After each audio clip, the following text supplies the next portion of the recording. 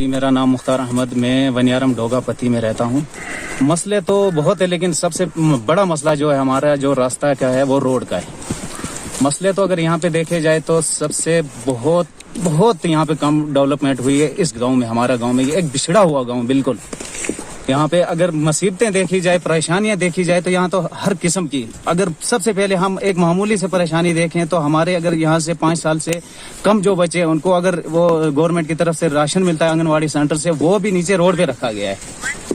اگر یہاں سے 5 سال کے بچے اس برف میں اس راستے میں اگر نیچے جا سکتے تو ہمارا سینٹر وہاں پہ نہیں رہتا۔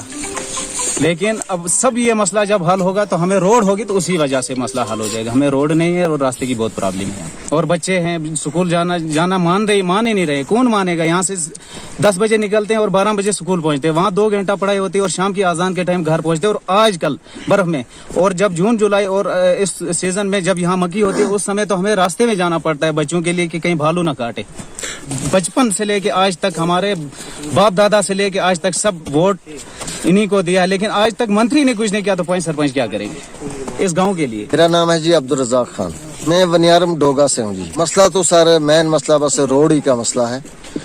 روڈ ہو جائے گی تو سب کچھ ہو جائے گا۔ مسئلے تو پورے مسئلے یہ ڈوگا پتی پینڈنگ پڑی ہوئی ہے، اس میں تو کچھ بھی نہیں ہوا ہے، لیکن اتنا بتائیں گے جب روڈ بن جائے گی تو انشاءاللہ سب کچھ بن جائے گا۔ جب تک روڈ نہیں بنے گا تو ہمارا کچھ کہنا وہ بھی بے فضول ہے، کچھ بھی نہیں بنے گا، کیونکہ مٹیریل نہ چڑھی تو کچھ بھی نہیں بنے گا۔ تو نہیں جی، کسی نے تو ہمیں اپنے خوابوں میں لیا ہی نہیں ہے، کیونکہ ڈوگا پتی کو تو آج تک کسی نے نام بھی نہیں لیا ہے۔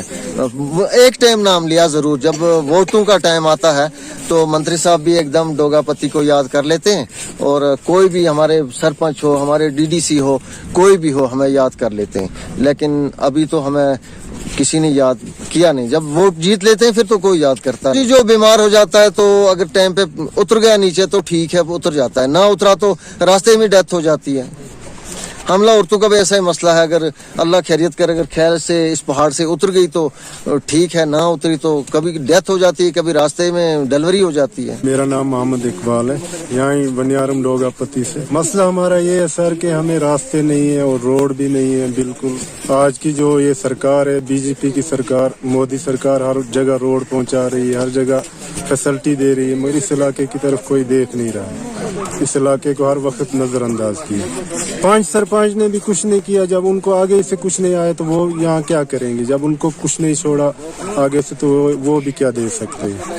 وہ بھی دیتے ہیں، کوئی یہاں کام ہی مان ہی نہیں رہا ہے، کیونکہ یہاں روڈ نہیں ہے۔ یہاں کام اگر دے رہے ہیں وہ 2 لاکھ کا، اس پہ پھر خرچہ بہت آتا ہے، اس وجہ سے یہاں کوئی کر نہیں رہا ہے کام جی۔ اس ٹائم ہم اس کو چارپائی پہ اٹھا کر نیچے اتارتے ہیں، اور ہمارے پاس چارپائی کے لیے راستے بھی نہیں ہے، کیونکہ چارپائی کو 4 بندے لگتے ہیں لے جانے کو، ہمیں 4 بندے کا راستہ ہی نہیں ہے۔ آپ نے دیکھا یہ راستہ، اس پہ سنگل آدمی چل سکتا ہے، 4 آدمی بالکل نہیں چل سکتے۔ راستے ہمارے پاس بالکل ہے ہی نہیں۔ پلان میں رکھتے ہیں، جب یہاں گرام سبھا ہوتی ہے پلان میں رکھتے ہیں، پھر وہ راستے کبھی یہاں وہ پلان ہی غائب ہو جاتے ہیں۔ یہاں ہمارے اس ڈوگا پتی کے لیے پھر کچھ نہیں رہتا۔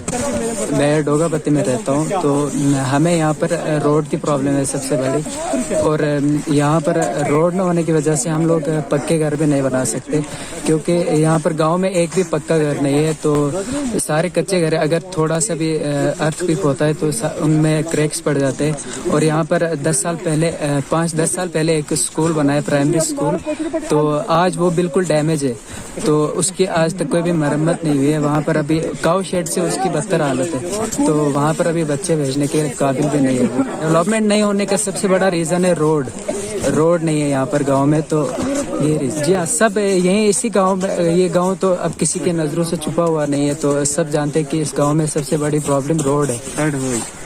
ہم چاہتے ہیں، ہماری ڈی سی صاحبہ سے بھی گزارش ہے کہ ہم غریب لوگ ہیں یہاں پر، تو ہم پر بھی ہمیں بالکل نظر انداز کیا گیا ہے، آج تک اس گاؤں میں ذرا برابر بھی ڈیولپمنٹ نہیں ہے۔